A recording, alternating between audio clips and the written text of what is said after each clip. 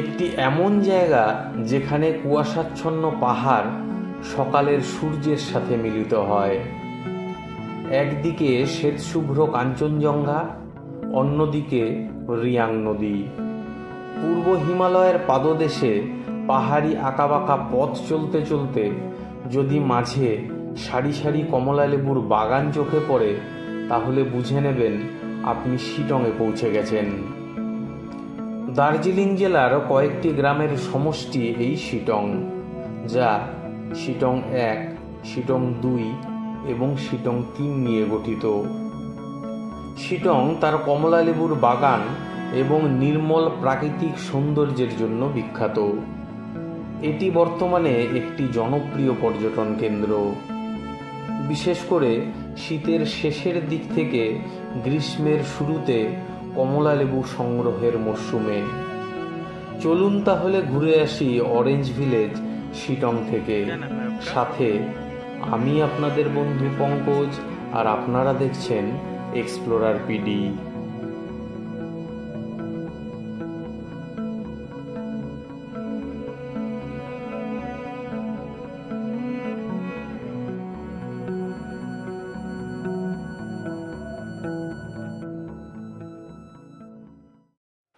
শিলিগুড়ি থেকে শিটংয়ের দূরত্ব 45 কিলোমিটার সড়ক পথ। পৌঁছতে সময় লাগে 1.5 ঘন্টা মতন। শিলিগুড়ি থেকে দুটি রাস্তা ধরে আপনি শিটংয়ে পৌঁছতে পারবেন। প্রথমটি কার্শিয়াং হয়ে এবং অপরটি সেবক হয়ে।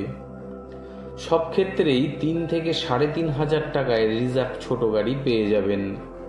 শিলিগুড়ি থেকে আপনি শেয়ার গাড়িও পেয়ে যাবেন, তবে বাস চলাচল করে না এই রুটে।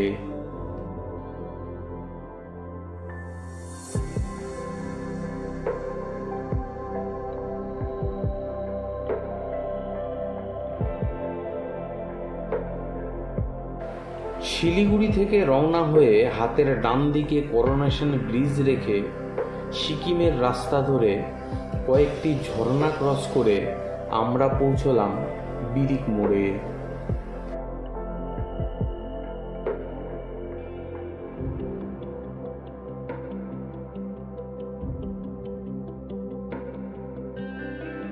সামনে যে এই রাস্তাটা দেখতে পাচ্ছেন, এটা হলো শিলিগুড়ি থেকে সেবক হয়ে যে রাস্তাটা, যেটা দিয়ে আমরা এলাম, এই রাস্তাটা ধরে এলাম। আর এই দিকে সোজা চলে গেলে কালিম্পং আর গ্যাংটকের রাস্তা।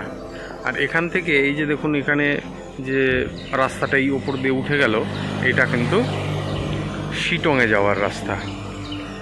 এই যে এদিক দিয়ে আমরা এখন সোজা ওপর দিকে উঠে যাব। এখান থেকেই শুরু হলো চড়াই খাড়া পাহাড়ি রাস্তা। কিছুক্ষণ চলার পর পৌঁছলাম শিটংয়ের প্রথম গ্রাম লংকুতে। এখানে লক্ষ্য করতে পারবেন চোখ জুড়ানো ল্যান্ডস্কেপ এবং দর্শন করতে পারবেন ভুবনেশ্বর শিবালয় মন্দিরের।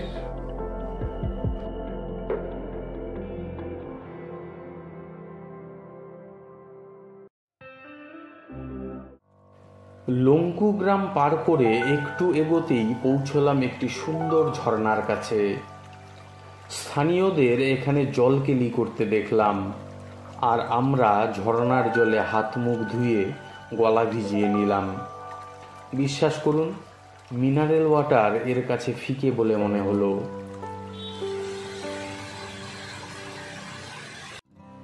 আরও একটু এগিয়ে শিটং থেকে 1 কিলোমিটার আগেই পৌঁছলাম সেলপু ভিউ পয়েন্টে।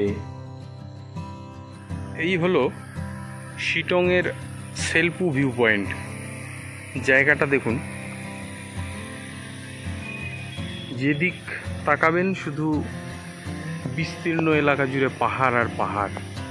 আর মেঘগুলো দেখুন কি সুন্দর ভেসে বেড়াচ্ছে পাহাড়ের গায়ে গায়ে।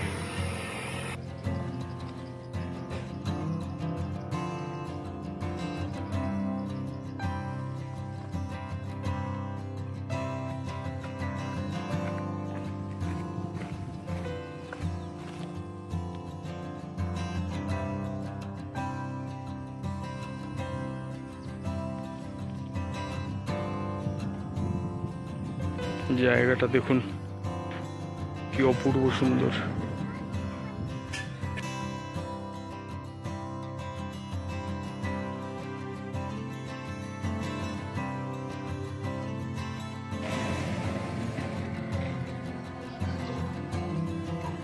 শেলপু ভিউ পয়েন্ট থেকে শিটংয়ের দিকে যতটা এগিয়ে যাবেন চোখে পড়বে সিনকোনা গাছ এবং তারপর দেখতে পাবেন কমলা লেবুর বাগান। এই অঞ্চলে যত হোমস্টে আছে প্রায় সবগুলোতেই পেয়ে যাবেন কমলা লেবুর বাগান। কিছুটা দূর চলতে চলতে পৌঁছে গেলাম অহলদারা ভিউ পয়েন্টে। এখান থেকে উপভোগ করতে পারবেন একদিকে তিস্তা নদী, ডুয়ার্সের সমতল এলাকা এবং অন্যদিকে দিগন্ত বিস্তৃত পাহাড় এবং সকালের সূর্যোদয়ের সাথে সাথে আকাশ পরিষ্কার থাকলে কাঞ্চনজঙ্ঘার রেঞ্জ।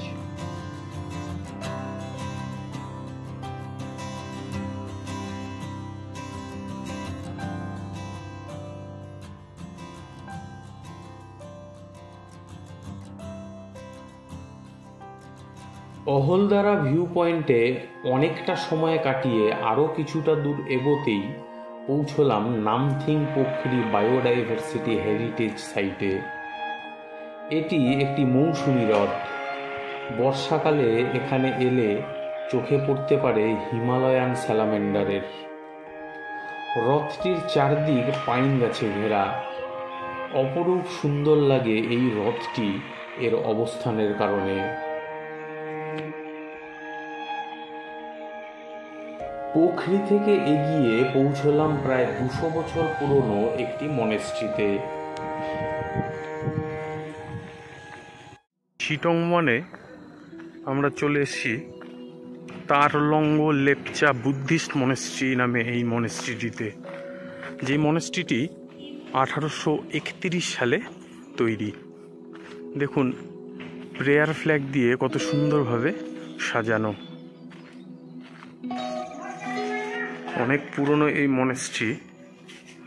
দেখুন ভেতরটা লাইটস আছে, ভেতরে মাটির তৈরি এই মনেস্ট্রির যে ভগবান বা ঠাকুর যাই বলুন, সে বুদ্ধের অবতার, তার এক মূর্তি এখানে রাখা আছে। ওয়ালগুলো দেখুন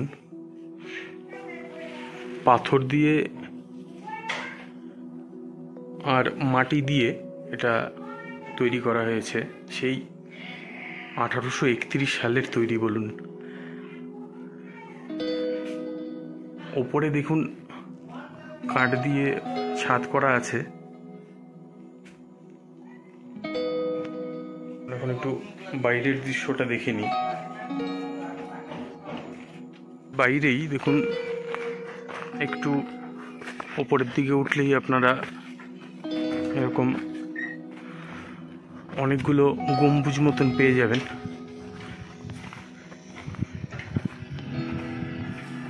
দেখুন পাথর দিয়ে তৈরি, দেখে বোঝা যায় যে এটা কতটা পুরনো।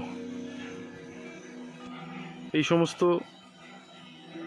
মনেস্ট্রিতে এলে এই প্রেয়ার ফ্ল্যাগগুলো দেখে সবসময় কিন্তু মন যেন একটা আলাদা জগতে চলে যায়।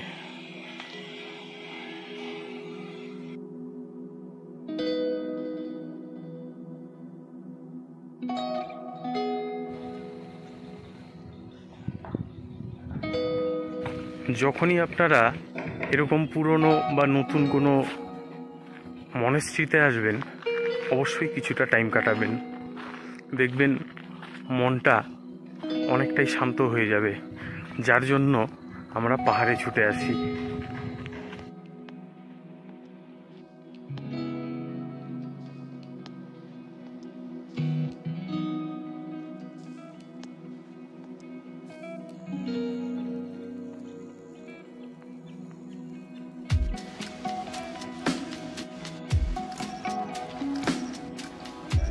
क्या नाम है आपका?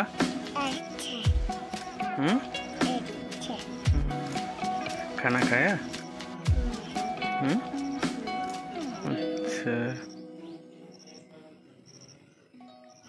মনেস্ট্রি থেকে বেরিয়ে আমরা চললাম যোগীঘাটের দিকে। বেশ খানিকটা পথ চলার পর দাঁড়ালাম রিয়াং নদীর একটি ঝর্ণার কাছে। বর্ষাকালে পাহাড়ে এলে এমন অপূর্ব ঝর্ণাগুলি দেখতে পাবেন আপনি। ঝর্ণাটি দেখে রওনা হয়ে পৌঁছলাম যোগীঘাট ব্রিজে। রিয়াং নদীর ওপর অবস্থিত ৩৫ ফিট চওড়া এই ব্রিজটি তৈরি করতে খরচ হয়েছিল ৭ কোটি টাকা। ব্রিজটি ২০১৫ সালে উদ্বোধন হয়েছিল। চাইলে এই ব্রিজটির নিচে নদী পর্যন্ত গিয়ে জল কেলিও করতে পারবেন।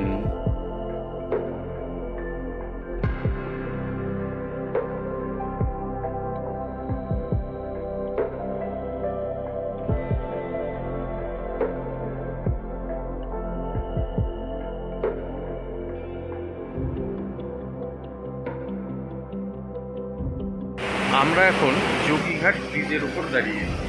আমার পেছন দিকে যে এই রাস্তাটা যে চলে গেছে, এটা সোজা মংপোর দিকে চলে গেছে। আর আমরা যেখান থেকে এলাম সেটা শিটং থেকে এলাম। তো এই নদীটার একটা পাহাড়ি নদীর যে সৌন্দর্য, সেটা তো মানে এক কথায় মানে বলে বোঝানোর কিছু নেই। আপনারা দেখুন সে কেমন। আর ঠিক এই ব্রিজটার পাশেই আছে একটি পুরনো যুগের একটি ঝুলন্ত ব্রিজ, যেটা কিন্তু এখন মানে চলমান অবস্থায় নেই, ভেঙে গেছে। তো কিন্তু সেটা দেখে বোঝা যায় যে মানে এই ব্রিজটা হওয়ার আগে লোকজন কী করে এই যাতায়াত করতেন।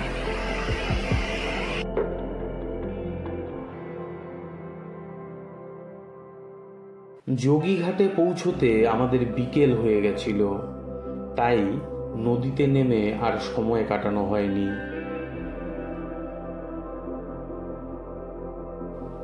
এখন বলি শিটংয়ের রাত্রিবাস কোথায় করবেন এবং তার খরচই বা কত। শিটংয়ের যতগুলি দর্শনীয় স্থান দেখালাম, নামথিং পোখরি বাদে সব জায়গাতেই হোমস্টে পেয়ে যাবেন মাথাপিছু ১২০০ থেকে ১৫০০ টাকার মধ্যে। ভাবছেন আমি কোথায় ছিলাম? সেই গল্পটা না হয় আরেক দিন হবে। এই শিটং থেকেই আপনি চলে যেতে পারবেন দার্জিলিং, মিরিক, তিনচুলে, তাকদা, মংপো, কার্শিয়াং, চিমনিগ্রাম সহ পাখিদের রাজ্য লাটপাংচারে। আমার শিটং ভ্রমণের গল্পটি যদি আপনার ভালো লেগে থাকে, তাহলে একটি লাইক করে পাশে থাকার অনুরোধ রইল।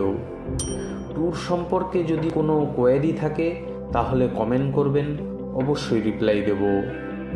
তো আজকের ভিডিওটি এখানেই শেষ করছি। সবাই ভালো থাকবেন এবং সবাইকে ভালো রাখবেন।